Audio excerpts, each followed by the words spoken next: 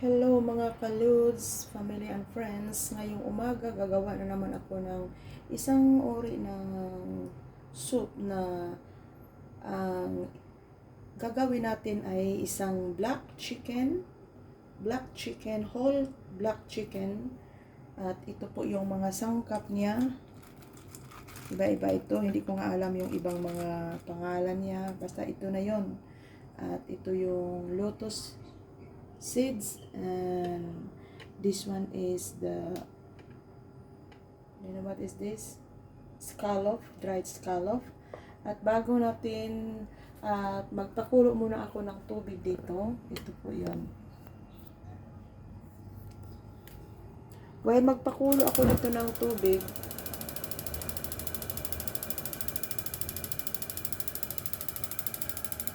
dito ko ilagay ang whole chicken.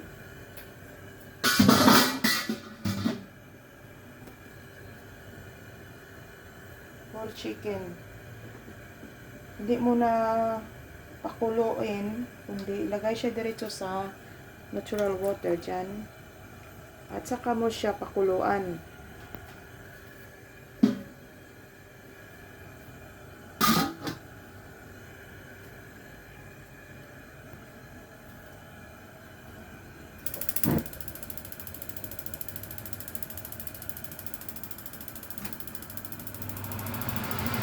Yan, pag nakulo na yan, yun, i-range mo na siya, kukunin mo siya, tapos hugasan, saka ready na siya, no, hindi na hugasan. Pag nakulo na siya, ilipat na natin siya dito sa gagawin nating soup.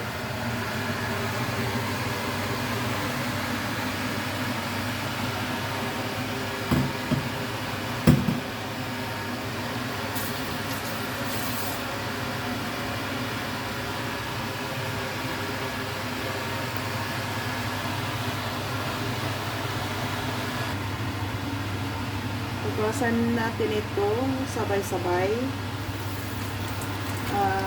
Hihintayin lang natin na kumukulo yung tubig natin at saka natin ito ilagay sa gagawin natin soup.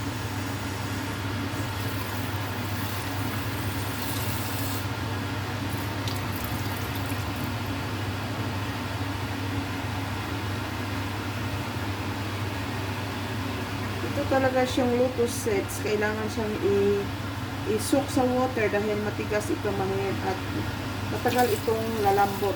Kaya kailangan siyang nakasuk muna bago natin siya ilagay sa gagawin natin sabaw o soup. Kaya ito na siya. Ano na siya, malambot na siya. Ito, lotus seeds.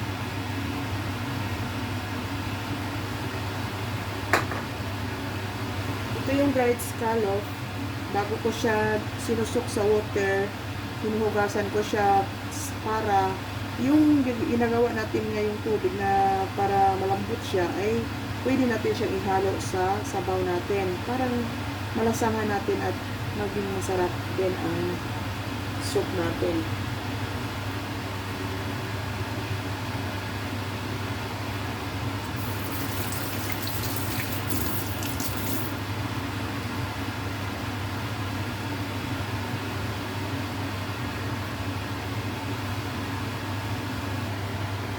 So, ito na po mga kalods, natapos na natin siyang pinakuluan sa tubig. Ngayon, kumukulo na rin yung pot natin for soup. So, ilagay na natin siya.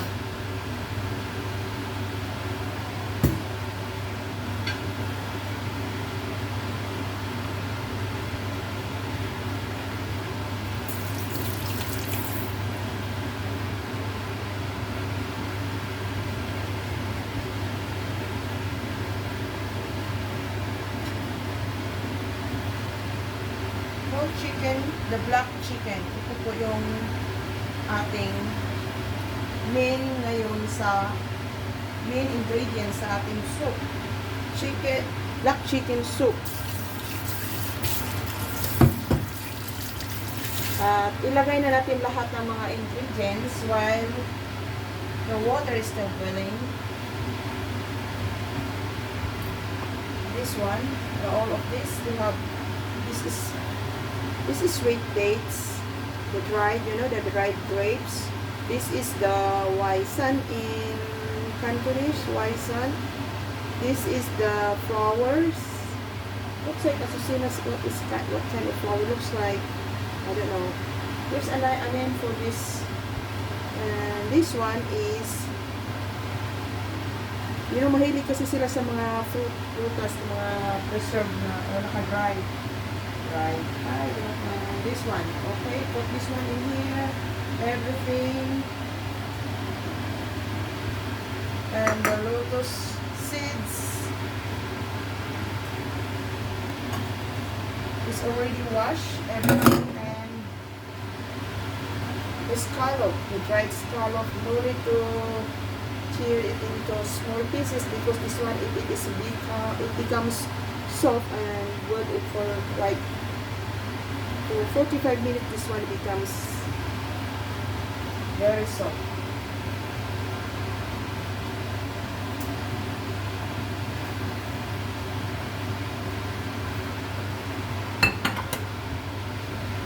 So it as cover, takpan muna natin kasi hindi na siya kumukulo dahil nilagyan ko siya sa mga ingredients at saka yung tubig dito sa scallop na nilagay ko, kaya parang slow ang ano niya.